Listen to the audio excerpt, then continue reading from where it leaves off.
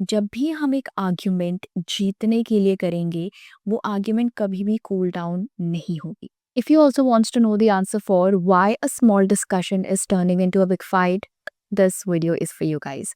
Welcome back to the channel. You're watching and listening to Miss Amira Jyoti on Speak Up Hesitations, and you're right here with me on the channel.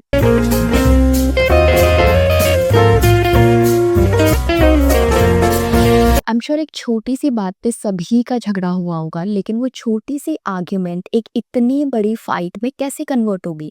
एक light weighted argument एक इतनी बड़ी fight कैसे बन गई? Important ये नहीं है, इम्पॉर्टेंट ये है कि वो एक लाइट वेटेड आर्ग्यूमेंट जब वो एक बहुत बड़ी फाइट बनी, तो उसके बीच में लिसनर और स्पीकर का एटीट्यूड कैसा था। सोचो, कोई रेबेलियस क्यों साउंड करता है? जब उसे खुद पर अटैक फील होता है, जब उसे आपके चॉइस ऑफ वर्ड्स का अटैक फील होता है। Just for an example, when you say you don't listen, it means you're telling them that you have that hearing problem. So these kind of statements are an attack for a person.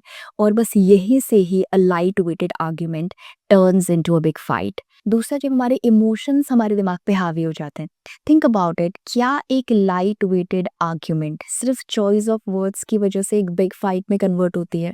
क्या हमारे emotions का हम पे हावी होना एक बहुत बड़ा रोल प्ले नहीं करता?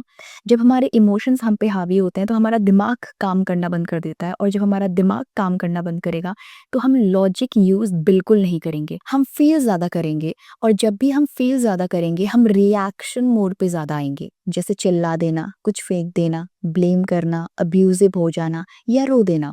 तीसरा, ऑब्वियसली जब आपका तरीका गलत होता है, या तो आप चिल्ला के बात करते हो, या आप सामने वाले को इंटरप्ट करते हो बिकॉज आपको किसी स्टेटमेंट में रिएक्ट करना है, या बहुत ही ज़्यादा सरकास्टिक टोन में स्टेटमेंट्स पास ऑन करते हो। ये सारी चीज़ें एक लाइट वेटेड आर्ग्यूमेंट को अ बिग फाइट में कन्वर्ट करती हैं।